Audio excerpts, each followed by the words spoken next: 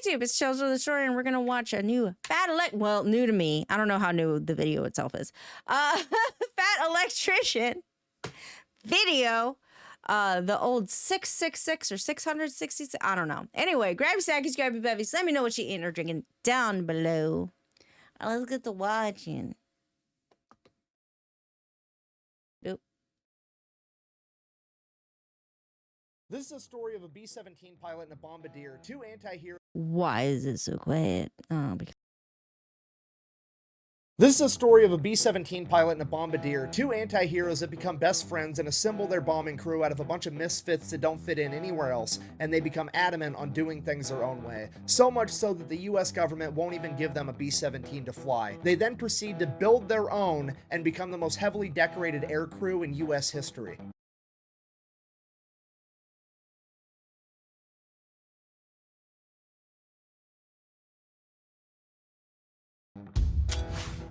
Today we're talking about Jay Zemer, Joe Sarnofsky, and their air crew, the Eager. I don't know what sometimes mutes me, but I'm annoyed that it keeps happening. Anyway, the joke that I made, at least it happened early in the video. The joke that I made was like, hey, do you want to know what SWAT Cats was based off of? Because they built their own plane. Anyway. Beavers, the most decorated air crew in U.S. history, responsible for complete... No, wait, I gotta go back. ...in U.S. history. Today we're talking about Jay Zemer, Joe Sarnofsky, and their air crew, the Eager Beavers, the most decorated air crew in U.S. history, responsible for completing the most decorated mission in U.S. history. They look like they know it, too. Like, look at their faces. Air crew in U.S. history, responsible for completing the most decorated mission in U.S. history, all while flying the most heavily armed bomber of World War II, Lucy, aka Old 666. This video is brought to you by Warwood Tool, makers of the original American entrenching tool from World War I. And while they're not making entrenching tools anymore, they are making sledgehammers and axes, and they're making them using the same drop hammer forging techniques that they used back in World War I, right out of West Virginia. If you need a tool for the rest of your life, check them out. This video is also brought to you by LAS Concealment. Full disclosure, I originally turned them down as a sponsor because I've done several holster making companies before, and I just think it's disingenuous to have a bunch of sponsors for the same type of product. So I said no. Despite that, they decided to send me a holster anyways for free, and it actually ended up becoming my favorite holster and the only one I've been carrying lately. So moving forward, they are going to be the only holster sponsor of the channel. I need a corporal.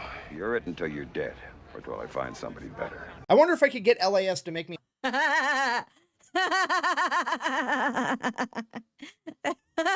That's pretty good. It's like, you're it. A holster for my sledgehammer. Anyway. I don't know this, but I feel like that's going to fuck up your hips. Like, I just feel like that's going to curve your spine and make you uncomfortable. Back to the video. Starting off with our pilot and main character, Jay Zemer. Born in 1918, he grew up in Pennsylvania with a pretty wealthy family. For high school, he was sent to a military boarding school in Culver, Indiana. While there as a freshman, despite the school's policy on no students having vehicles, he managed to acquire a Willys Motor Company Whippet, the direct predecessor of the Jeep. And he managed to turn this thing into an absolute hot rod, better than it ever ran before, until the school finally found out that a student had a car, which was against the rules, so he had a disciplinary meeting with the dean. He goes into this meeting with the dean and he's like, look, I'm in the engineering program, I'm taking all the engineering classes, I want to go to school to be an engineer, I just rebuilt a motor and I'm 14 years old, you guys should treat this as extra credit. To which the dean, being cool, is like, well, take me for a test drive and we'll see. Takes the dean for a test drive. Yeah, baby! Dean has a... Because he's 14. Like dang. Okay.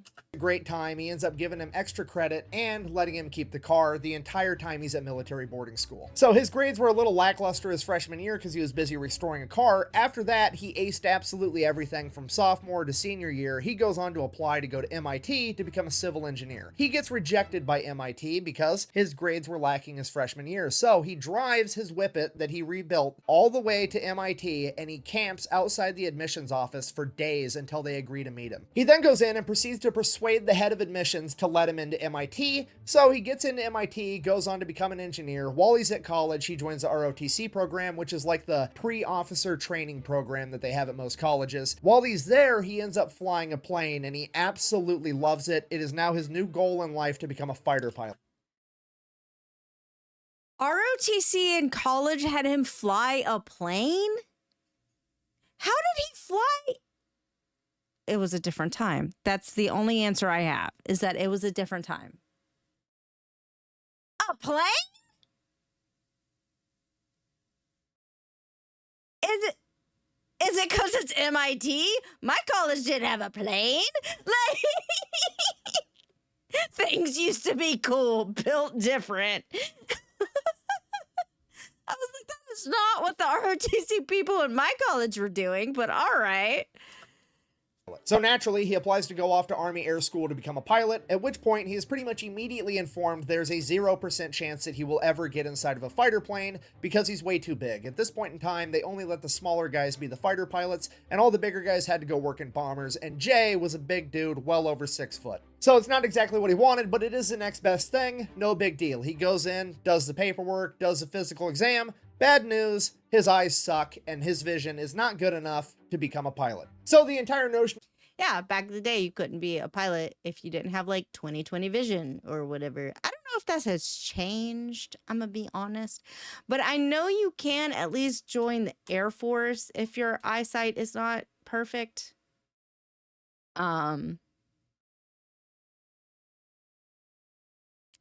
I don't know if you can be a pilot, but I know you can at least join the Air Force. There are other things you could do in the Air Force, but like, yeah. Being a pilot gets shelved for now, at least. He goes back to college, continues going What through did that say? the Hold on. entire notion of being a pilot gets shelved for now, at least. Spoiler He goes back to alert. college, continues going through the ROTC program to be an Army infantry officer, and while this is going on, he's constantly researching on ways to make his eyes better, and he finally comes across this crazy optometrist named Just shove carrots in your eyes. Don't actually do that, please. Oh, I just gave myself a bad bad mental image.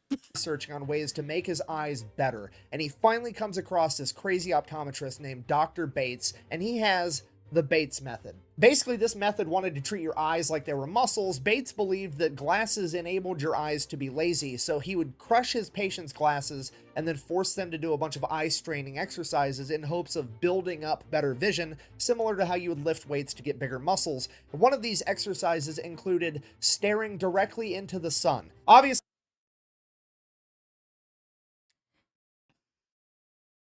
Maybe if you do it correctly, you get LASIX. Don't stare to the sun. Like, just don't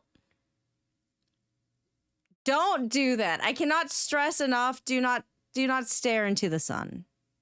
Do not do that. with hindsight being 2020, this didn't work that well, and it certainly wasn't recommended, but the young Jay Zemer wanted to be a pilot so bad that he was in fact willing to go outside every day and attempt to beat the sun in a staring contest. Oh, it's a deep burn. Oh, so deep. Essentially trying to give himself a caveman version of LASIK. Obviously, this does not improve his eyesight. If anything, it makes it better, but it does highlight just how LASIK. Obviously, this does not improve his eyesight. If anything, it makes it better. Sorry, it was late. My editor can save me. But it does highlight just how bad this guy wanted to be a pilot. So, World War II kicks off, standards get lowered, and he gets accepted into the bombing program. And from there, Don't you love that? Hey, standards have dropped. Welcome aboard.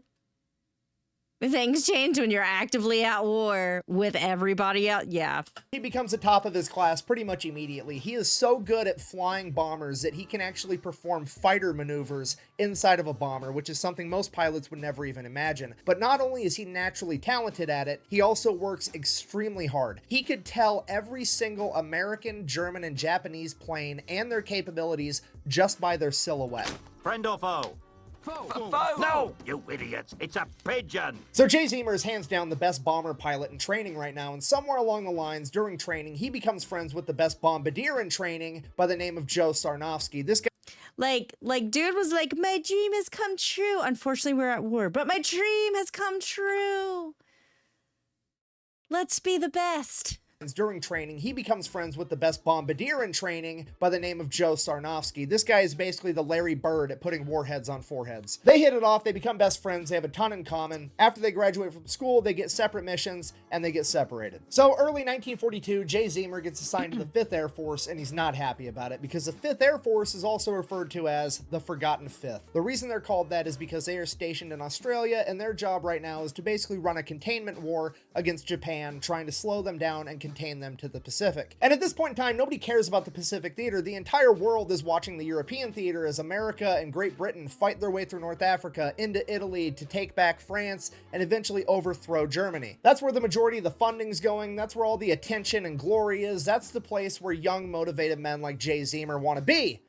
But that didn't happen. So Jay shows up to Australia. He is the FNG, the fucking new guy. Nobody trusts him. He has zero street cred. Nobody wants him in their crew. Now, this is partially due to the fact that he's a new guy, and that's just how it goes for new guys, sure. But mainly, it's because the Japanese are kind of kicking America's ass right now. It's mid-1942. America just got involved in this war. A lot of their pilots are inexperienced. A lot of their equipment's outdated. And everybody's giving all the funding to the European theater. So it's not a great time. And you gotta remember, since this is 1942, America hasn't come out with the Hellcat or the Corsair yet, meaning that America has no fighter plane capable of going toe-to-toe with the Japanese Mitsubishi Zero. So even if the bombers did have a fighter escort, they weren't capable of going toe-to-toe with the Japanese Zeros anyways, so it has never been more dangerous to be inside of a bomber, and it has never been more important to have everybody in that bomber crew as good as possible to increase everybody's chances of survival. If so facto, nobody wants to risk it on giving a new guy a shot. So it becomes apparent to Jay early on that if he ever wants to get up in the air, he's gonna have to do some gangster shit. So he goes over to the bulletin board, and on that bulletin board are the missions. Listen, we love them doing gangster shit in my history stories. All right, I love gangster shit happening in my history stories. Let's go.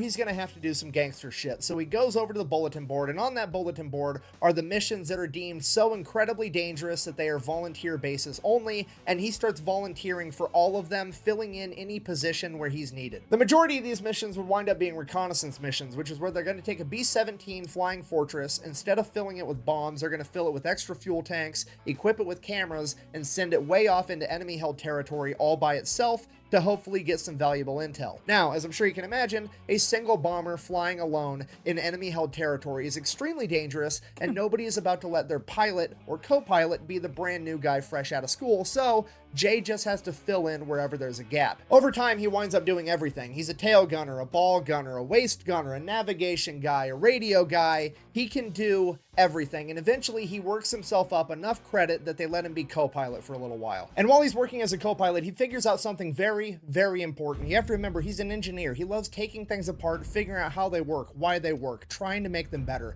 And while he's sitting in the co-pilot seat, he figures out how the Japanese Zeros are tackling the B-17s. You have to remember, this is 1942. The B-17s that they are flying are the B-17Bs. They are the first generation of mass-produced B-17s ever, and they have one fatal flaw, and the Japanese figured out how to exploit it. You see, the B-17s have a ton of machine guns all over them to defend themselves. They have a tail gunner, a ball gunner, a waist gunner on each side, and a turret on top. The problem is, none of those can shoot in front of the plane. The only thing the front of the plane has is two 30 caliber flex guns, which you can kind of see right here, which might as well be nothing at all when it comes to shooting down an actual plane. Later generations of the B-17 would end up getting more firepower and turrets on the front to help alleviate this issue, but at this point in time, they didn't have that, so the Japanese Zeros would approach from behind, well out of range of the machine guns, pass the B-17 altogether, and then go and do a U-turn and approach the B-17 head on and shoot it down, where the B-17 had no way to defend itself. And during his time as a co-pilot, Jay Zemer caught on to this and developed a plan. Fast forward, Jay Zemer on his first mission, he finally got enough street cred, and there was finally a mission dangerous enough that... Is this guy gonna start doing like tricks and shit? Like, is he gonna start like, quote unquote, drifting the bus? Like, okay, if the issue is the front, then you don't get my front. Like, is that what's about to fucking happen? gamer on his first mission. He finally got enough street cred, and there was finally a mission dangerous enough that they were going to let him be the pilot. Sure enough, a Japanese Zero shows up, does the exact same thing, passes outside the range of the guns, does a big U-turn, comes back to confront Jay's B-17 head on. As soon as the Zero gets within range, Jay takes his B-17, turns it up on a wingtip, and banks, exposing the belly of the B-17 to the Zero, forcing the Zero to go the exact opposite direction and down, putting it directly in the firing lines of both the belly gunner and the tail gunner. So yes, I was right. Let's go. Putting it directly in the firing lines of both the belly gunner and the tail gunner, shooting down the Zero. And that is just one of multiple combat maneuvers that Jay has engineered inside of his head, pushing the B-17 airframe to its absolute limit. Fast forward. Pre-watch? I don't pre-watch shit. I'm gonna be honest. I get other people do that for me. I just like calling things out. But also, do you know how often I'm wrong? Often. It's fun. That's part of the fun. End of the mission, he lands the plane, no problem. The entire crew gets out and swears that they are never getting on a plane with Jay Zemer flying it ever again. All of them, without warning, probably were just like, fell. Like every single one of them suddenly were not secured wherever the fuck they were trying to be. Some of them probably got a little injured. I'm not even gonna lie to you. Like, I kind of feel them, but it's like, listen, I don't know how to fix this, but would you have rather gone down? Like, and that becomes the new norm for a couple months. Jay went from the new guy that nobody trusted to fly to now he's so good, he's crazy, and we're scared to fly with him. That was until a bunch of new reinforcements showed up on the island, and among them was none other than his best friend, Larry Bird. I mean, Joe Sarnofsky. So Jay and Joe start volunteering to go on a bunch of dangerous missions together. Same thing happens every time they fly on a mission. Pretty much everybody else on the plane refuses to ever go on a mission with those two ever again because they're absolutely crazy. But every once in a while, they find somebody. but we're efficient. I don't know if efficient's the word. It works though. We come back On a mission with those two ever again because they're absolutely crazy. But every once in a while they find somebody effective. That's the word. But we're effective. just crazy enough to keep flying with them, and over the course of a couple months they build up an entire air crew that starts volunteering together on every dangerous mission available, earning them the nickname the Eager Beavers. Making up the team, we have Bud Thule, apparently the only man smart enough to be a navigator and crazy enough to fly with these guys, and then of course we have Jay Zemer as the pilot, Joe Sarnofsky as the bombardier, and from there it just gets completely out of hand because after that we have the radio expert William Vaughn, aka Willie. He is one of the most experienced bomber crew members in the entire US military at this point that's been on countless missions, one of which his B-17 landed to refuel when his crew was ambushed by 500 Japanese soldiers. They took the machine guns out of their B-17 and proceeded to defend themselves in a firefight for 10 hours until the Australians showed back up. Jeez, 10 hours? 10 hours. That's crazy. That's exhausting. That is exhausting. Jesus. Proceeded to defend themselves in a firefight for 10 hours until the Australians showed back up. And during that 10 hours, Willie had 14 confirmed kills, 4 of which were in close quarters combat, 2 with his Colt 45 1911, and 2 with his knife. Jay Zemer said he didn't plan on getting in any knife fights at 30,000 feet, but if he did, he had Willie. Next, we have camera expert and waist gunner George Kendrick. Typically on a B-17, you're supposed to have one waist gunner on either side of the plane, but Kendrick preferred to man both sides completely by himself. When Jay Zemer asked him if he I don't know why. Do you guys know that picture, that meme of the cat? And it's like a cat and its like claws are stuck into 2 different people's shirts. So it looks like it's reaching out to both of them and like screaming, like its mouth is open, like meowing. That is what I imagine that dude doing for some reason. Like both arms stretched out, like screaming, like piloting both guns. Like firing both guns. That is just what I imagine is happening. I'm going to be honest. So you're telling me that these guys have got to be like adrenaline junkies or something, right?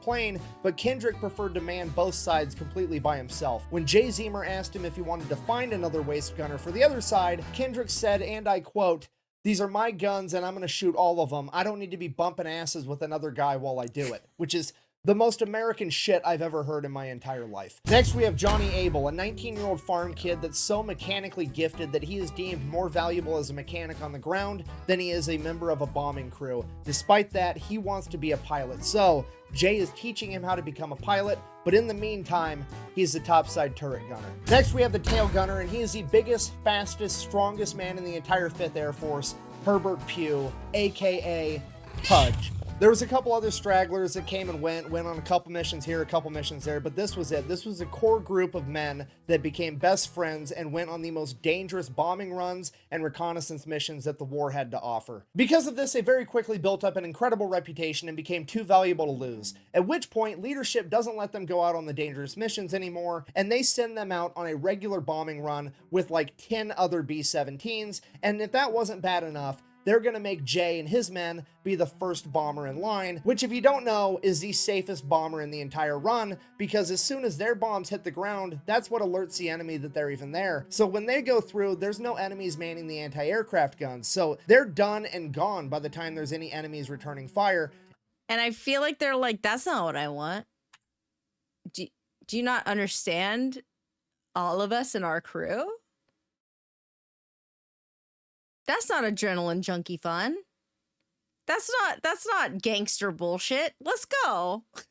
The anti-aircraft guns. So they're done and gone by the time there's any enemies returning fire. It's that 2nd, 3rd, 4th, 5th, 6th, 7th, 8th plane that faces the real danger, and that's just not okay with Jay and his men. So they go out on the mission just like they're ordered to, and they are the first ones to drop their bombs just like they're ordered to. They make a clean getaway, they get out to open ocean, at which point Jay tells his men, get ready for a fight, because he does a U-turn, goes back in, flies over the enemy compound at 1,000 feet, while his men from the ball turret, the waist guns, and the tail guns open fire on the enemy's anti-aircraft positions on the ground, literally becoming a ground attack plane like they're an antique C-130. They were able to knock out all of the enemy spotlights and most of their anti-aircraft positions, and every single B-17 on that mission made it back home. So Jay... They're like, cool, cool, cool. We did what we were directly ordered to do. And now we're going back in. We're going back in with a vengeance. We gotta show them. That's great.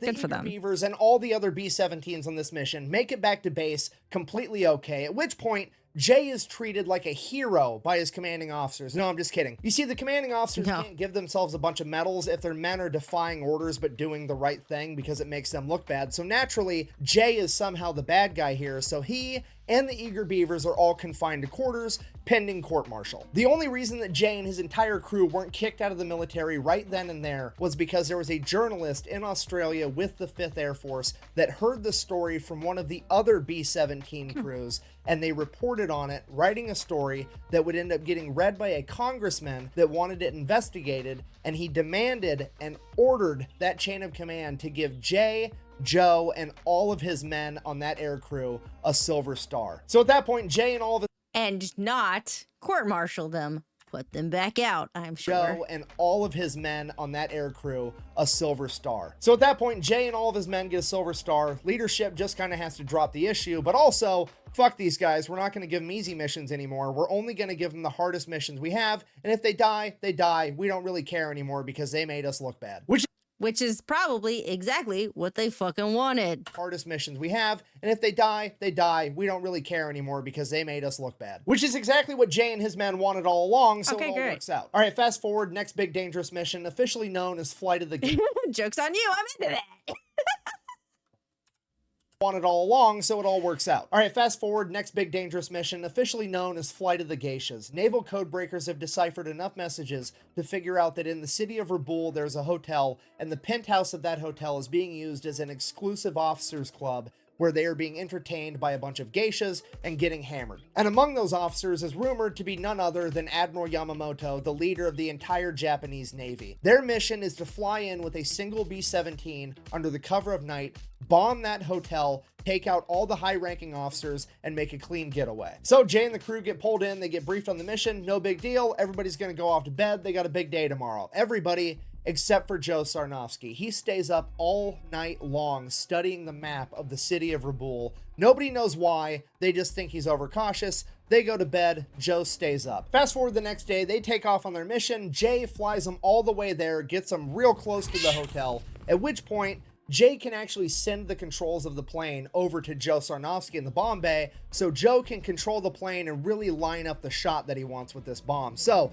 Jay sends the controls over to Joe. Joe opens the bomb doors and veers way off course, miles and miles off course, like 10 miles off course. Joe steers this plane, essentially blind, driving the plane just from what he can see outside of the bomb bay. And then, before anybody even knows what's happening, Joe just says bombs away, drops the bombs on a seemingly random location, and sends the controls back over to Jay. Everyone is completely confused. Nobody knows what's going on. The bombs make impact, and there is a humongous explosion, way bigger than this 500-pound bomb could have ever done on its own. Joe had just hit a major ammunition depot for the entire Japanese Navy, and his single bomb set off a chain reaction, blowing up the entire facility. Come to find out, Joe Sarnofsky didn't feel right about killing innocent geisha girls, and he decided that he was going to find a target that was just as, if not more valuable than the Officers Club, and blow that up instead. So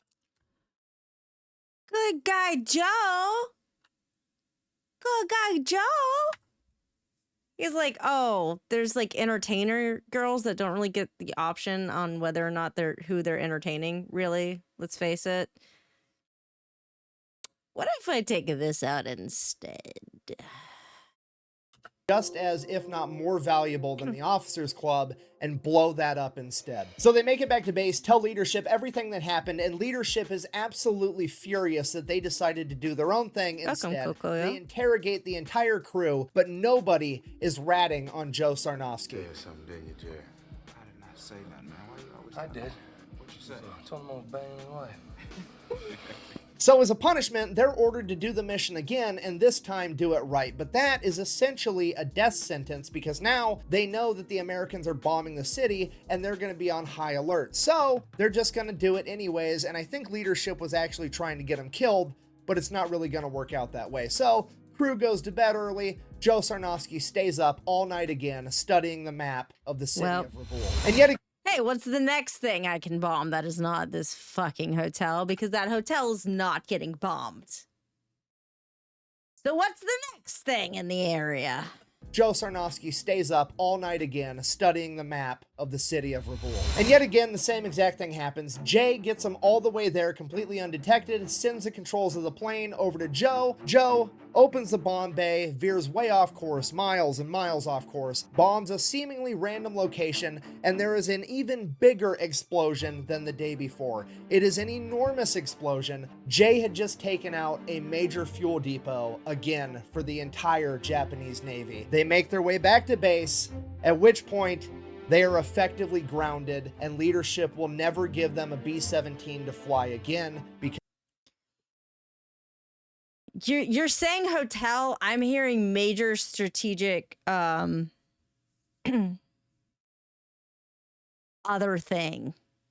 I don't know how else to say it. Like oil depots, ammo depots.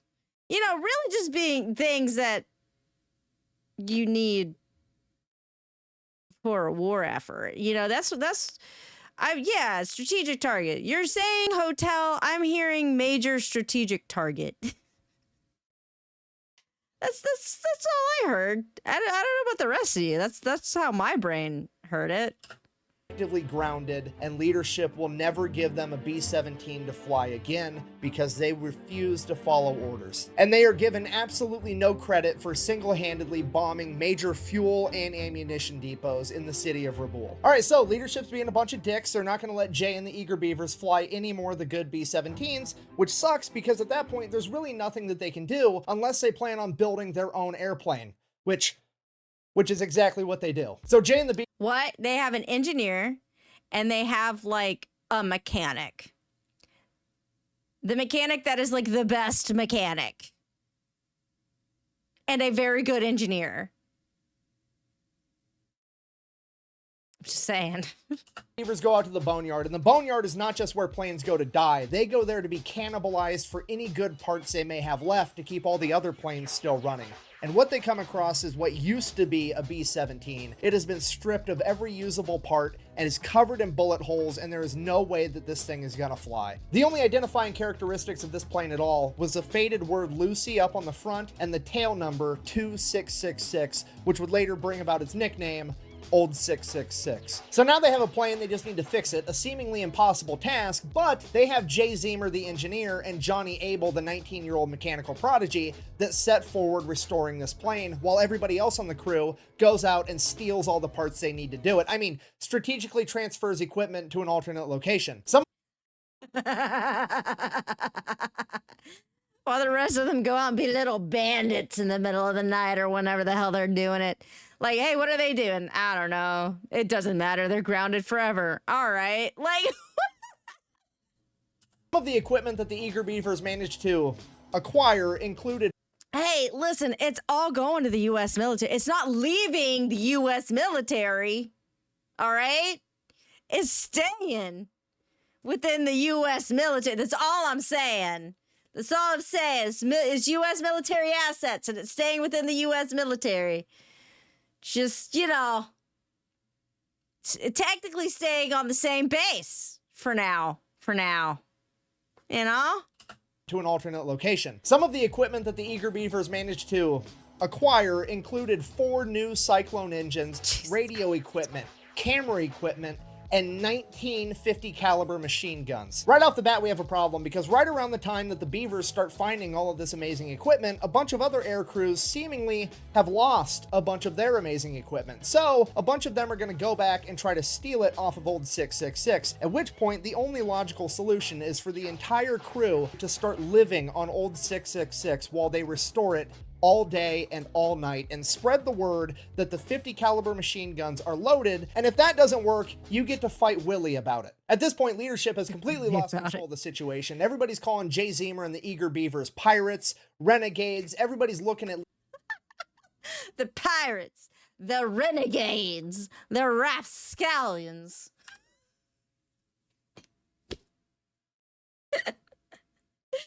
Hey, if you want your stuff back, come and try it. Be holier than the Pope. Thank you for the bits. Yeah, it's come try me. Jesus Christ. situation. Everybody's calling Jay Zemer and the Eager Beavers pirates, renegades. Everybody's looking at leadership to stop them, at which point leadership is kind of like, fuck, I think they might be talking to me too, and I don't want to fight Willie, so we're all just going to look the other way. Like we talked about earlier in the video, there's not much firepower at the front of a B-17, so they take a 50 caliber machine gun, mount it right on the nose cone, and they line it up with the rivet line going down the center of the cab, and they rig it up so that there's a button inside the cockpit for Jay Zemer to hit to be able to fire the 50 caliber machine gun. So all he has to do is aim the rivet line at the enemy and fire. He calls it the Schnozzler gun. Then Schnozzler? It's the Schnozzler? Oh my god. Yes. Yes, the Schnozzler gun.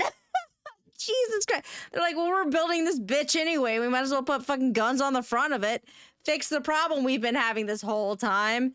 Instead of us getting like slammed from one side or the other with tricks and stuff, we'll just shoot them down. That's great. Schnozzler. Rivet line at the enemy and fire. He calls it his Schnozzler gun. Then the other two 30 caliber guns on the front of the B-17 are replaced with 50 cals. The navigator compartment usually had one 30 caliber machine gun. Now it's going to have dual 50s. Then the seat for the radio guy, who typically never even had a gun. Oh well, we're going to cut a hole in the plane and give him two 50 caliber machine guns as well. Then hey, we are going to trick this bitch out with as many guns as we possibly can, and no one can really stop us, because if they try, they gotta fight Willie. This is amazing. Everyone gets a gun. Why not? Everybody gets a gun. Then we get to George Kendrick's area, the waste Where did they get the ammo? They're on a base. The same place they got the guns, probably. guns. Typically, there's 150 caliber on each side. Double it! Now we're getting dual 50s on each side, and because that's not enough, we're also going to cut another hole in the bottom of the plane and give him dual 50s there as well. That way, when Jay banks up in front of the zero, not only can the ball turret gunner hit the zero, Kendrick is also going to be able to hit the zero as well. Then, in case any of the guns malfunction, they have 3 extra 50 caliber machine guns strapped down on the inside of the plane. Old 666 now has more than double the firepower of any other B-17 in the Pacific Theater, and after shedding over 2,000 pounds, it is also the fastest. But all that Hell yeah. Let's go, Lucy. Pacific Theater, and after shedding over 2,000 pounds, it is also the fastest. But all that firepower isn't going to be worth a whole lot if they don't know how to use it. So Jay and Johnny continue working on the plane while everybody else is sent out to go train and become experts on the M2 50 caliber machine gun. The Beavers get to the point where every single member of the crew can assemble and disassemble the M2 Browning in under a minute while blindfolded. Joe and Jay also make it a rule that every gunner inside of their aircraft has to link their own ammunition belts, and they're going to change up how they do ammunition. You see, at this point, a B-17 50 caliber machine gun had an ammo link that went armor piercing round, incendiary round, tracer. If you don't know, a tracer is like the little one that looks like a laser beam coming out from Star Wars. They do that so that you can tell where your fire is going and so that your friends can see where your fire is going. They start linking their ammunition so it's armor piercing round, tracer round, and they do this for psychological warfare, because when you're shooting every other round as a tracer round out of a machine gun, it is going to look like old 666 is something out of Star Wars, straight up shooting laser beams at the enemy. Actual video evidence of old 666 in the trenches, if you give me.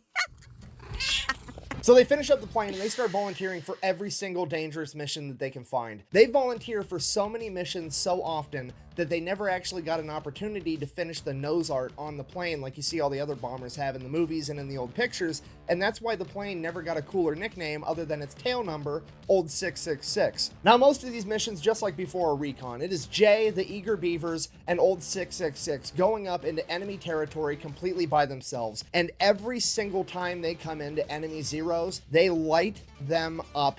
The new machine guns are incredible, and Old 666 is the aerial equivalent of George Foreman on his second title run. He's big, he's fat, he's got terrible gas mileage, but if you're going to stand in the pocket and trade with them, you're probably going to get put in the ground. Allegedly, with the combination of increased speed, increased firepower, Jay's piloting tactics, and the entire crew's newfound machine gun proficiency, they were shooting down so many enemies that it became unbelievable. So the crew came back and people started doubting them. So they're like, fine, we're just gonna rig up the cameras to turn on every time we start firing the machine guns. That way, we film us shooting down the enemy fighters. Which is the most world star shit I've ever heard in my entire life. They were literally kicking so much ass that to get people to believe them, they had to prematurely invent the GoPro 70 years ahead of time.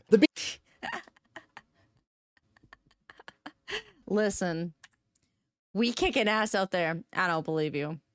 Bet you're gonna.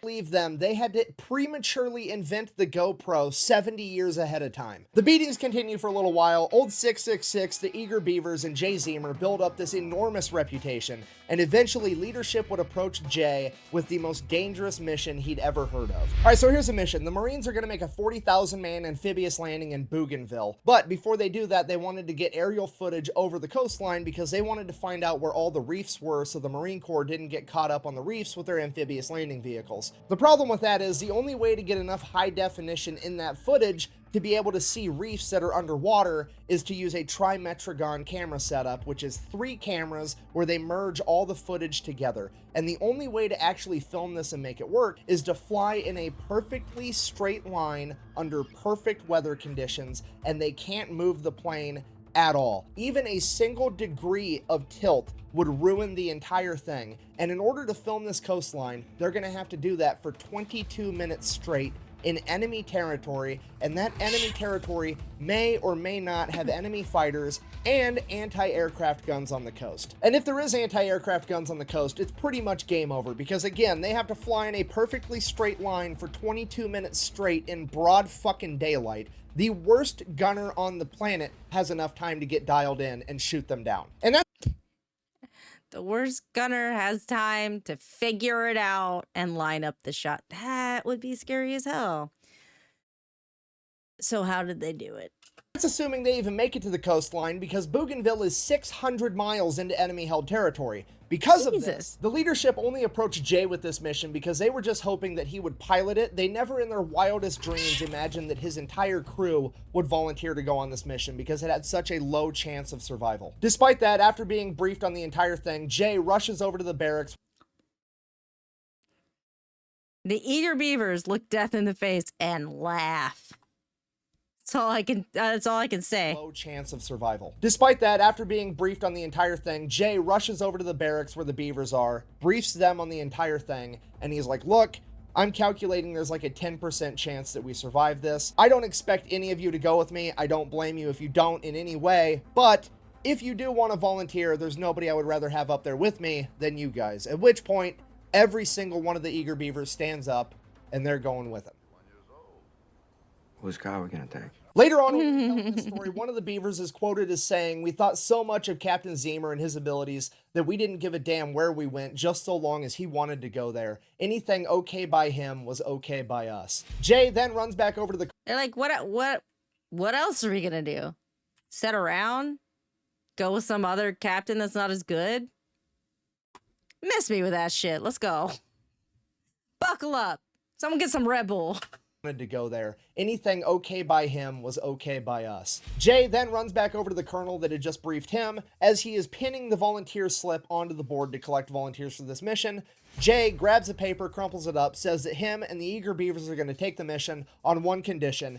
He does it how he wants to do it, and they have no further input. He will get the mission done. At which point the colonel agrees, and it's settled. The only thing to do now is to get prepared for the mission and wait for Army meteorologists to tell them that they're going to have a day clear enough to actually pull this off. It's monsoon season, a couple of weeks go by, and then finally they get word from the Army weather guys, hey, tomorrow's the day the weather's going to break, you can get this mission done. So they all get prepped and they take off first thing in the morning when it's still dark out for this dangerous mission. So they take off, they're making their way over to Bougainville, they get like halfway there, it's still dark out, everything's going great, and leadership radios over to Jay and they're like, hey, by the way, extra credit, it would be pretty cool if you could pop up to the top of the island and film Buka Passage as well. We don't need trimetragon footage, just normal footage would work. You can do it while it's still kind of dusk out. If you could get that done too, that'd be great. At which point Jay is like, no, I don't need extra credit during this extremely dangerous mission. That wasn't what we agreed to. I'm not doing that. Then they're like, well, too bad, it's an order. To which he just like hangs up on the guy. He doesn't really care. He's going to do what he wants anyways, because that's been his MO the entire time.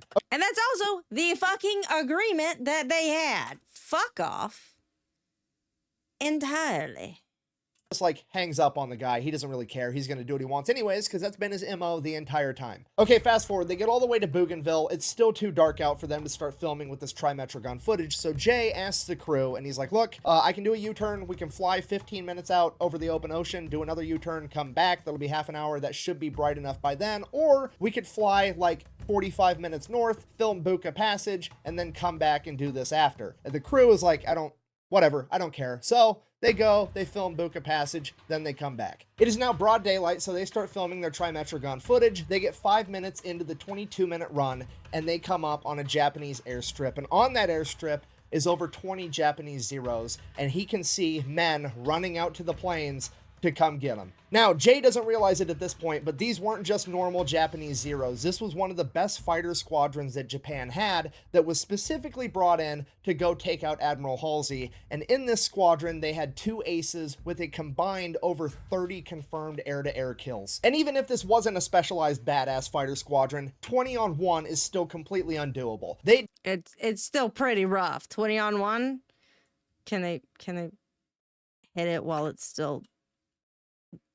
they still run into the planes? bombs? Can they get the wasn't planes a out? specialized badass fighter squadron, 20 on 1 is still completely undoable. They'd gone up against 5, 6, 7 zeros. They'd never gone up against 10, let alone 20 plus. It's at this moment that Jay has to make a decision because he knows that by the time all the Japanese zeros get up in the sky, get in their formation, and actually attack him, he's going to have just enough time to finish this camera run. However, then he's going to have to fight his way out, which is probably a death sentence. Or he could cut and run right now, and he's almost guaranteed to be able to get away with a 20-minute head start. He's taken a second to weigh his options and really think about it, and he's just about ready to cut and run, and he looks down at the water and he can just see all these reefs just right below the water, and he just envisions 40,000 Marines and their amphibious landing vehicles hung up on these reefs, getting cut down by enemy defenses and machine gun fire, and he decides that he's going to risk it to try to save these guys. And for the next 17 minutes, the crew gets ready for a fight as Jay keeps the plane completely straight and level in broad daylight as all the zeros get up in the air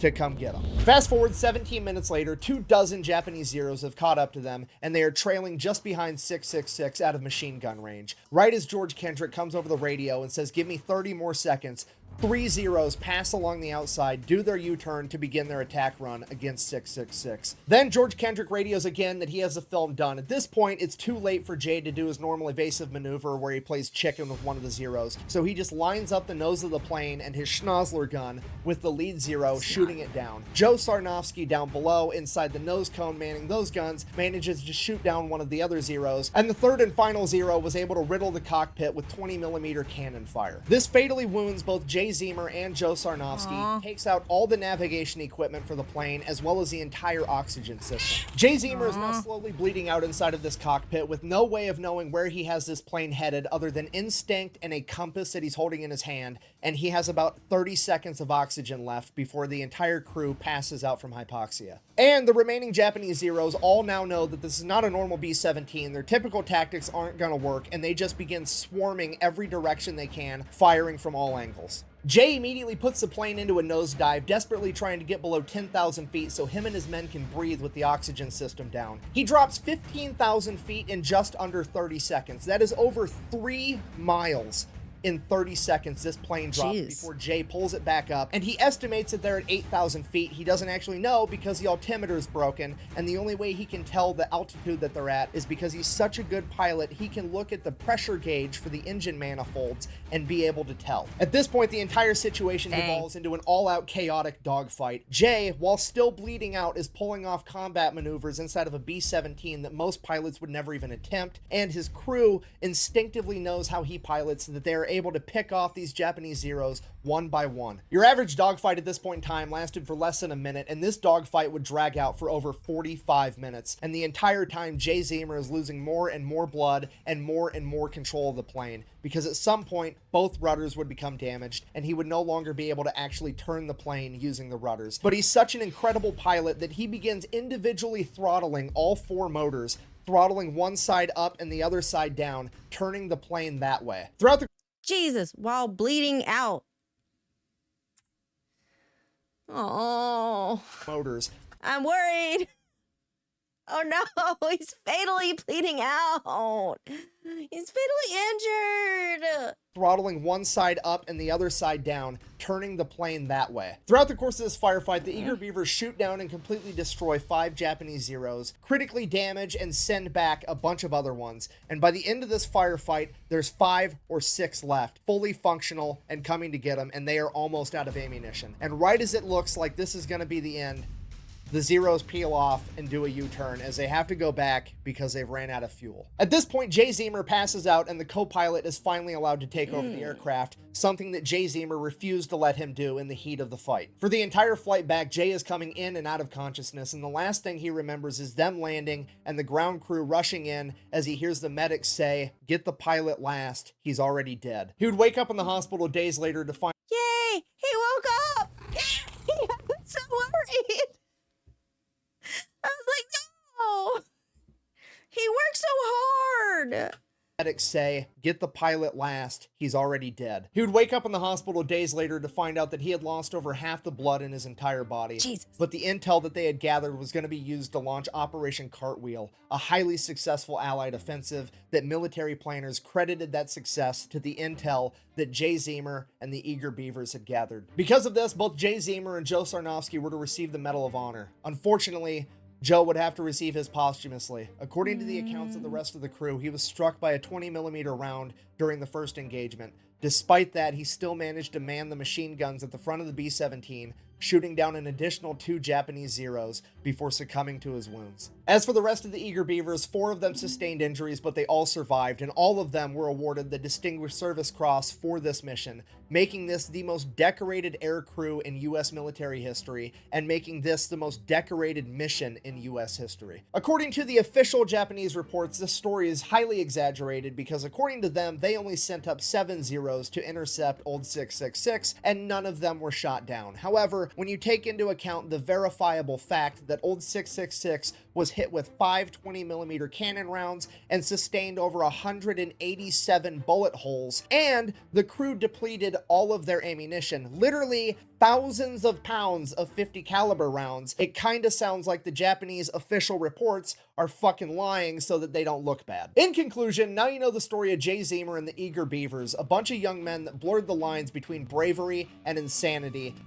And just gumption. I'm so sad one of them didn't make it, but like heroes, man, heroes. In the Eager Beavers, a bunch of young men that blurred the lines between bravery and insanity that ultimately were deemed so reckless that the government wouldn't give them a B-17 to fly, so they built their own and became the most decorated air crew in American history. Thank you for watching. Best way to support the channel is go buy some merch over the Wait, I gotta read the merch. became the most decorated air crew in American history. Thank you for watching. Best way to support the channel Quack bang is go buy grenade. some merch over the Fat Yeetus deletus. Electrician.com.